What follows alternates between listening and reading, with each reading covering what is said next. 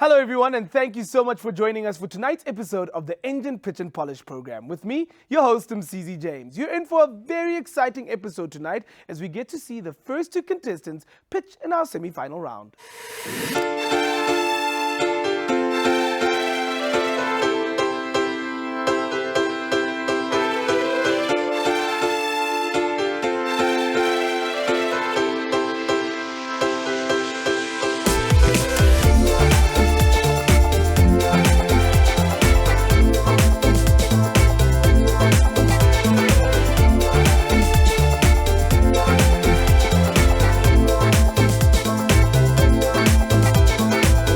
Before we get down to brass tacks, I'd like to give our wonderful sponsors a huge shout out. So thank you so much to our title sponsor, ENGEN Petroleum, to our gold sponsor, Nedbank, to our program organizer, Race Corp, and to our venue sponsor, the Business Exchange.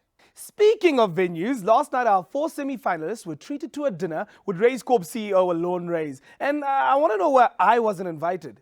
Seriously, guys, how rude? Anyway, what's done is done. Even though I didn't crack the nod, some of our pitch and polish crew went along to capture the festivities. Let's take a look.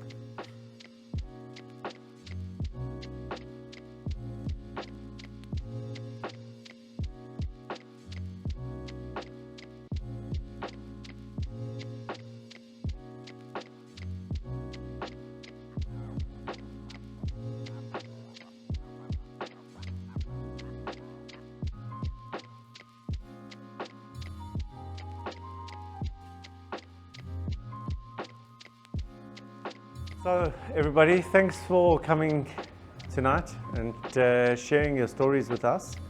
And I hope you're a little bit calmer than how we started this evening. Not really. So finish your wine, or maybe not. Go home, prep for tomorrow morning. Also, what's important is that you've given us your proposals in terms of what you're going to do with the money. Be sure I'm going to grill you on those numbers. So go tonight and read through those numbers, because I'm going to ask you lots and lots of questions, and I'm sure the other judges will too. So read those numbers, know those numbers. How did you come up with that? Why did you choose that? Those kind of things. I'm coming for you. So have a good night. Thank you. Thank you. Cheers.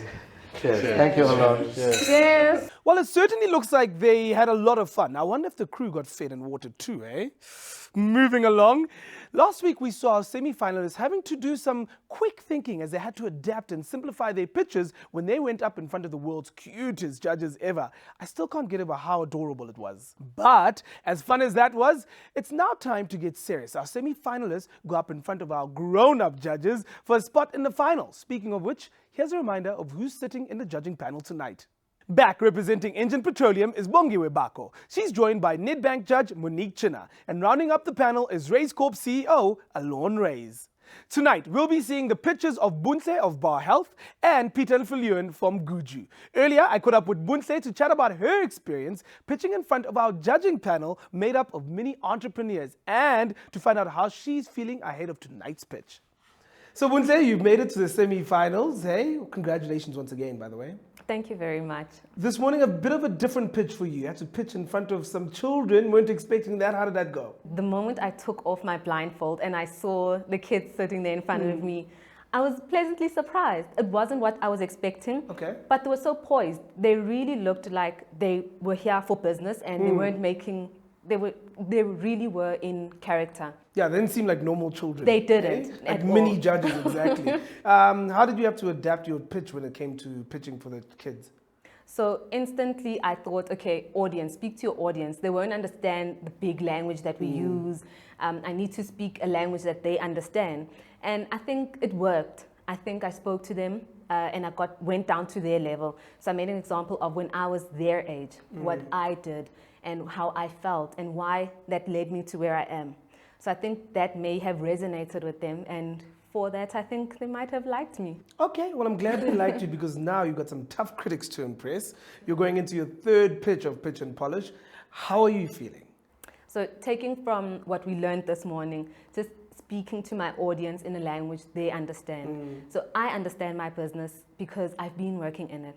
But going into the next session, I know that I need to sort of change my pitch to the level of my judges and to the understanding of my judges.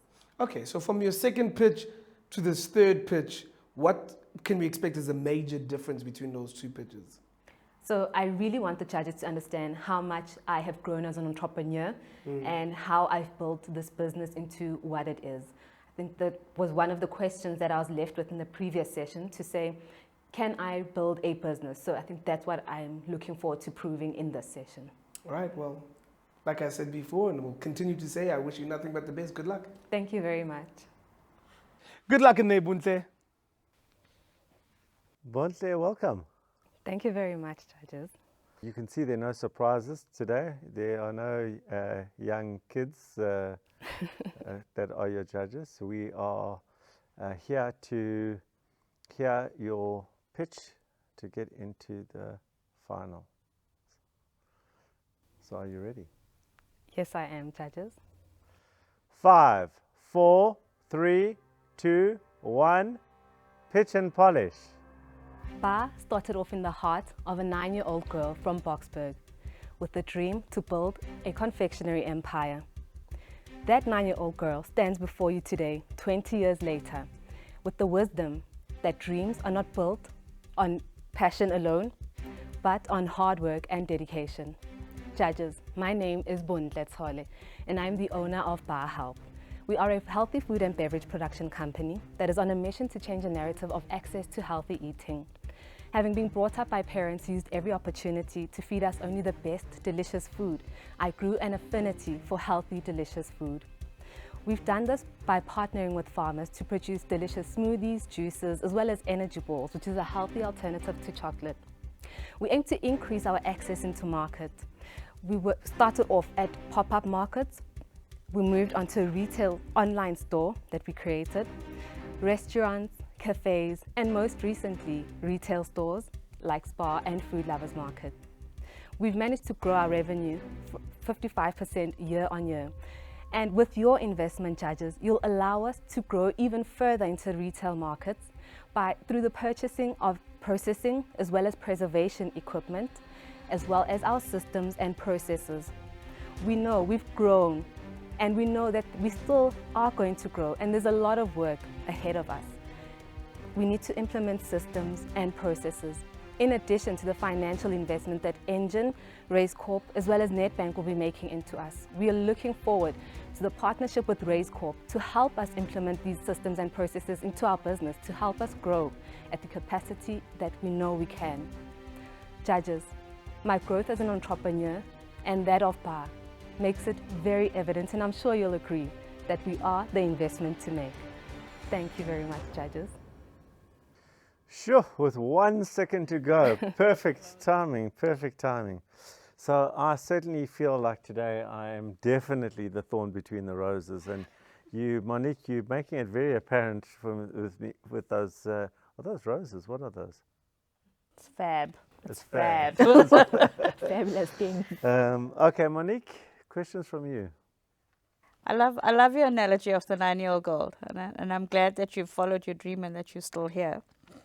I'm just a bit concerned about the investment that you're looking for. So I want to understand, is it really the bottling system that you need? Is it really setting up, because it looks like it's actually setting up your factory into it.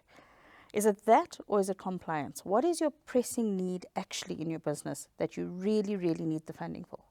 So I'm glad you asked, Monique. So I've divided the funding into the processing equipment, which parts can be purchased separately. So the filling and bottling equipment and the compliance. So the compliance goes hand in hand with the machinery. So we can't do the compliance before, but we need the compliance in order to get into the retail stores, the health and safety standards. But you're currently in retail stores, correct? So we are. We're in selected retail, Food Lovers and selected Spa stores. So in order to be able to access the larger retail market, so going through head office to access more stores, we'd need to be compliant. Okay, so in essence, you should be spending the money on compliance first before the bottling, Correct. etc. Yes. Okay. Bongi? I'm still not clear how you make sure that I, as a consumer, go and get your product, go and ask for your product by name. What kind of marketing strategy are you following? So we've implemented we work on a localization of taste. That's what makes us different.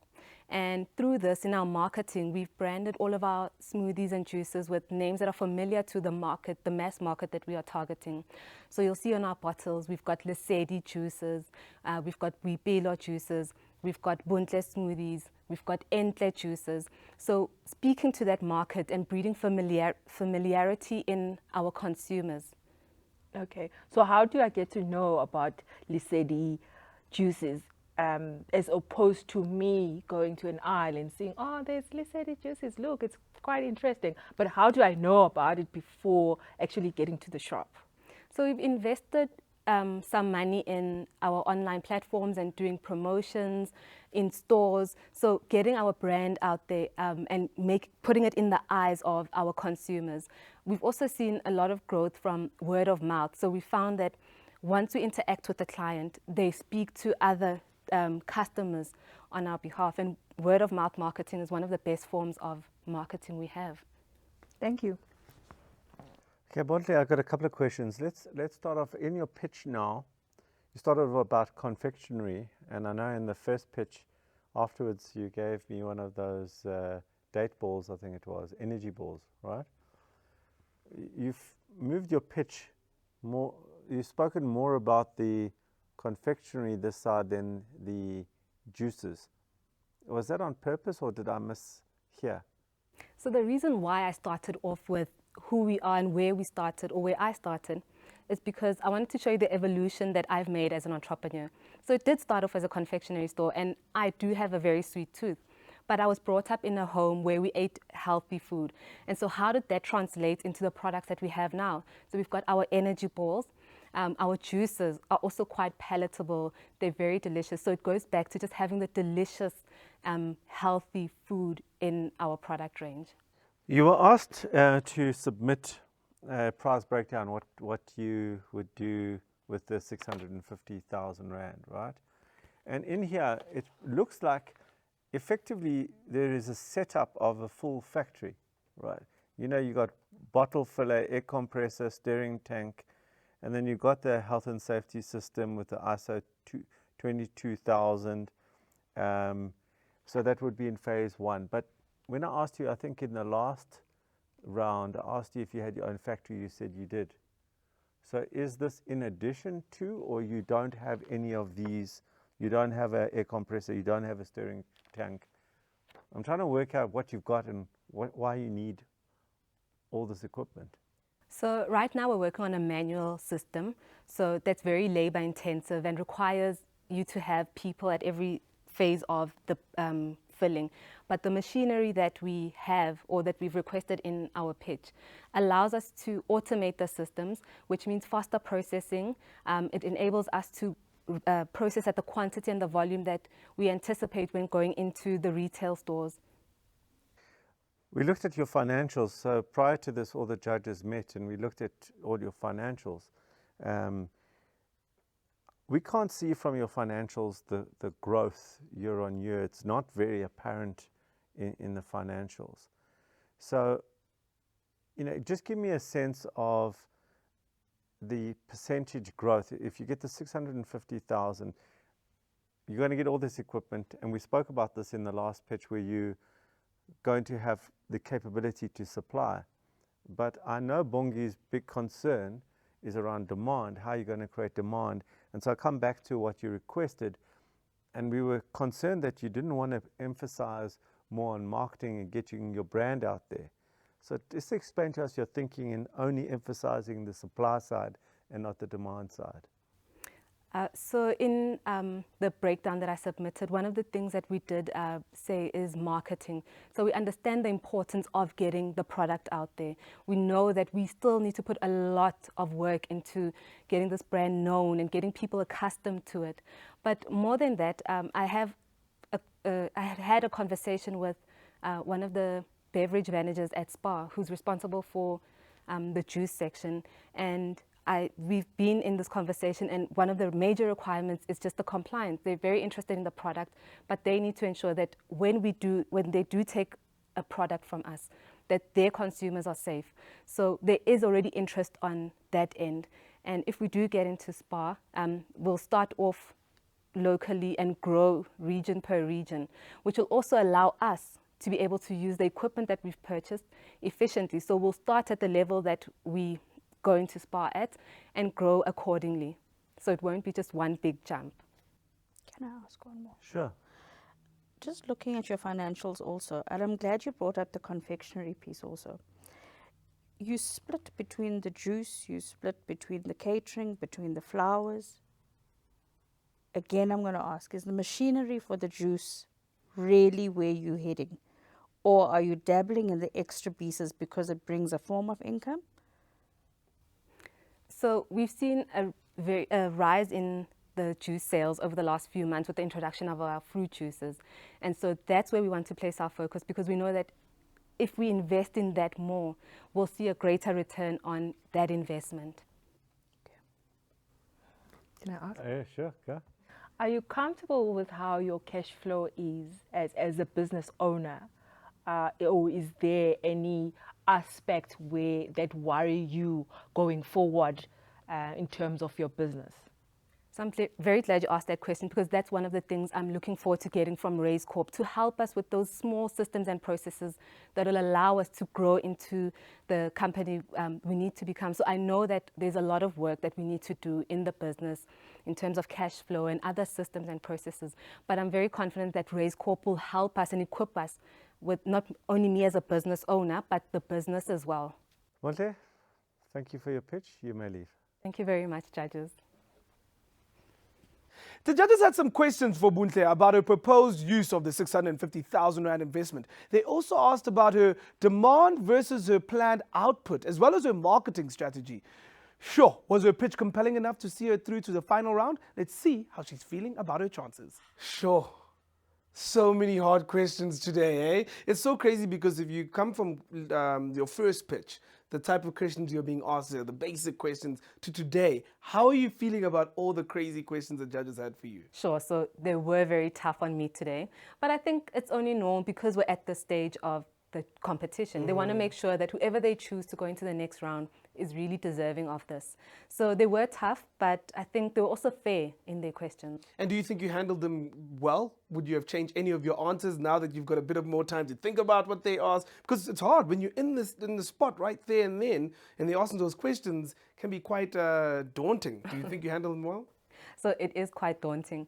But I think it's also about, we know our businesses. So just remembering things that you already know and speaking honestly on those things. Do you wish you had focused a bit of your time and your pitch in the marketing aspect? Because I heard that come up quite a few times about getting your product name out there and the brand out there. Do you wish you had focused a bit more on the marketing side? So in our previous pitches, I emphasized branding and marketing more. And one of the questions that came out was, are you a brand builder or do you want to build a business? So this round, I wanted to focus on the business more. So maybe going into the next round, if we make it, I will balance the scales and talk about them equally to show that, yes, we are building a brand, but we are also building a business. Well, congratulations to the 9-year-old girl who had a dream and is seeing it come to life today. And like I said, holding my thumbs, crossing fingers, holding thumbs that you make it onto the next round. Thank you very much, Msizi. Looking forward to it. Now, before we catch up with Peter and Viljoen, I'm giving away 2 discount vouchers from We Grow SA to 2 lucky viewers. These vouchers offer amazing discounts on a range of online learning programs from over 35 education partners across 6 learning categories. Interested? Then head on over to our Facebook page and answer this question. How old was Bunse when she fell in love with confectionery? How old was Bunse when she fell in love with confectionery? But now, it's time to touch base with Peter and Viljoen ahead of their pitch. Gentlemen, good to see you guys again. Good to see you. So a bit of a surprise this morning when you took off your blindfolds and not the same judges, tiny judges were waiting for you guys. How did that go? We were very surprised, but pleasantly surprised. It was actually fun and also serious because, you need to adapt your message immediately and you're being judged. Yeah. I also think what's cool about your guys' business is that it might sound a bit more appealing to children than the other businesses. You know, like the idea of syrups and cordials, they might grasp that more so than other I businesses. think so, yes. But Especially you know, with our flavors. Sorry. You've got a prepared pitch, and then it's a very different target market. So, you know, it's like you're at a loss for words for a while and you're thinking, oh, you know what, I have kids, so let's just do this. Yeah, I mean, well, now you've made it to the semi-final, third time around coming to pitch. How are you feeling? Because it's getting really tough in there. I'm We're really feeling excited. it. I'm We're excited feeling and confident. We're very prepared. And also more natural. So we feel more confident, and what we've learned here is really priceless. Okay, last question. As you go into your pitch now, what is the one thing that you're hoping to put across to the audience and the judges? To show them that we have a business that can scale and that we can take it further. All right, my guys. Holding thumbs, crossing fingers, whatever that saying is, good luck. Thank you very Thank you. much. And now it's time for them to take on the pitching arena. Good afternoon, gentlemen. Good afternoon. Right, Gujju. It's a big moment for you. Today decides whether you're going to go through to the finals or go back home to Cape Town. So which one do you think it's going to be? We have to go through. You have to, huh? Okay, well, that's up to you now. That's up to you. Gentlemen, are you ready? Yes. 5, 4, 3, 2, 1. Pitch and polish. Good day. My name is Viljoen Kok, And I'm Peter du Plessis. and we are from a proudly South African company called Gujju. Gujju is an Afrikaans acronym, and it stands for Goedheid uit die grond uit, roughly translated as goodness from the earth.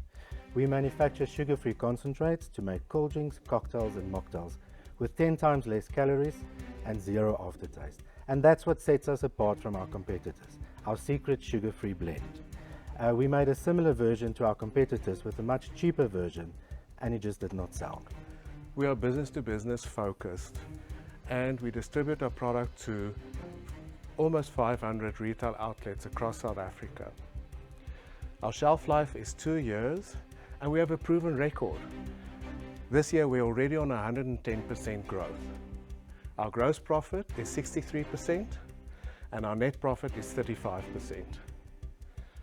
In January we're going to invest 600,000 Rand to import our own raw materials to increase that margin another 10%. By 2022 we will reach 800 retail outlets, and by 2023 1,000. To accommodate this kind of growth, we are simplifying our product range, we are moving into a bigger factory space, we've got a really good business management system to grow and scale with us, we will employ specialized staff to fit in with our company culture, we'll allocate 5% to our budget, and we opt for standalone machines to reduce our risk for production failure. So we're going to spend 5% extra on our marketing efforts. So to date we have not been profitable because we spent all our money back into the business. So we need the 650,000 Rand to automize and standardize our products and to up our production. Okay, almost gents, done. I hope that was the last sentence.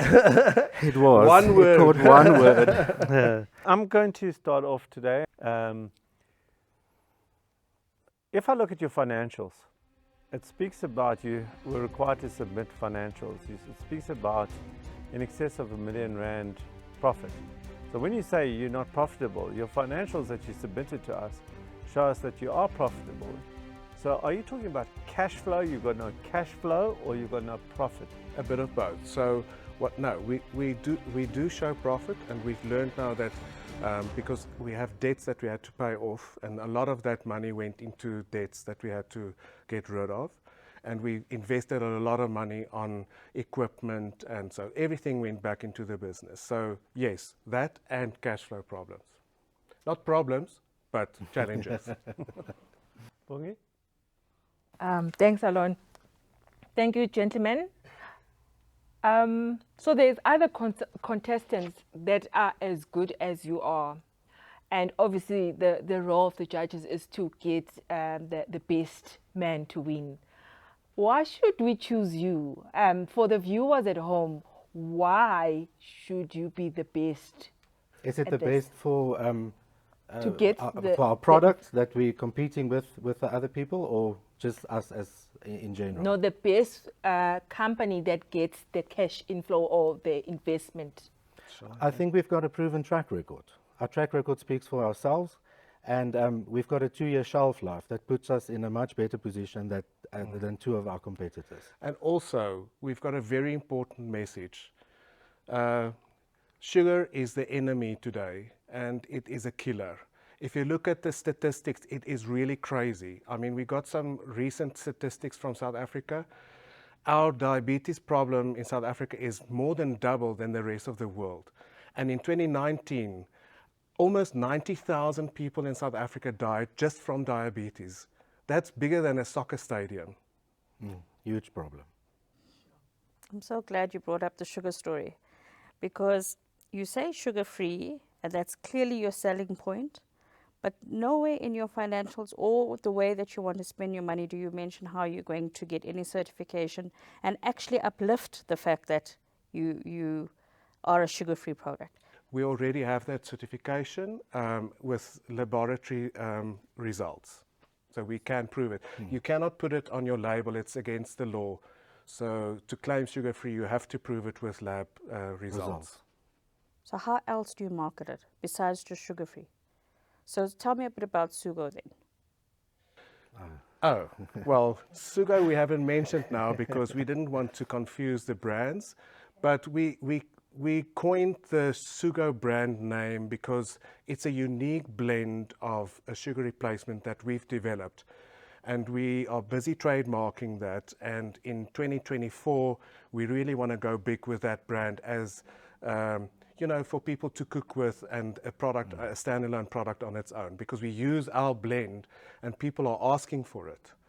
And just the difference with that is the blend that we use is a healthy sugar-free blend, where our competitors use a chemical-induced sugar-free and a much cheaper version. And it's got a nasty aftertaste.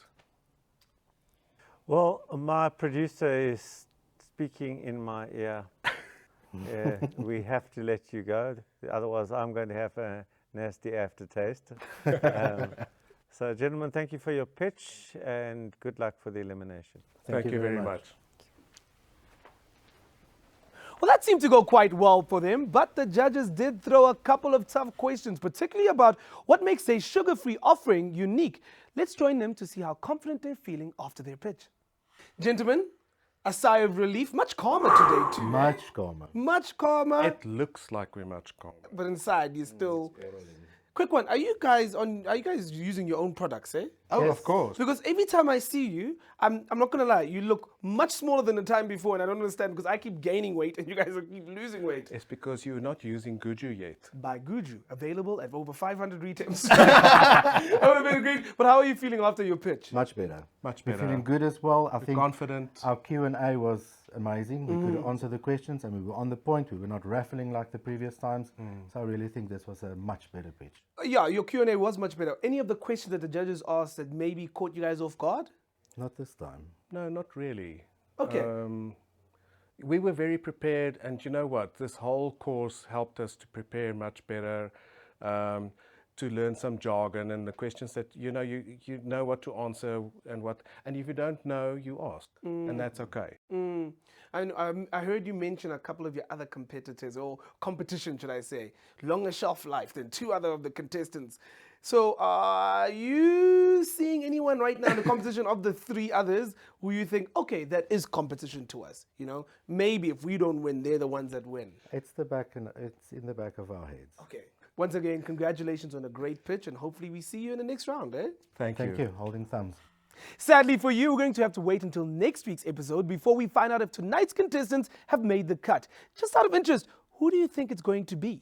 Let us know in our comment section on our Facebook page. Next week, we'll be seeing Andile and Omar strutting their stuff in front of the judges, and we'll find out which 2 businesses have made it through and which 2 contestants are going home. Oh, and let's not forget, we're going to be meeting our mysterious wildcard contestant. It promises to be a very exciting penultimate episode. In the meantime, thank you so much for watching. Good night from me, MCZ James, and the rest of the crew here at ENGEN Pitch and Polish.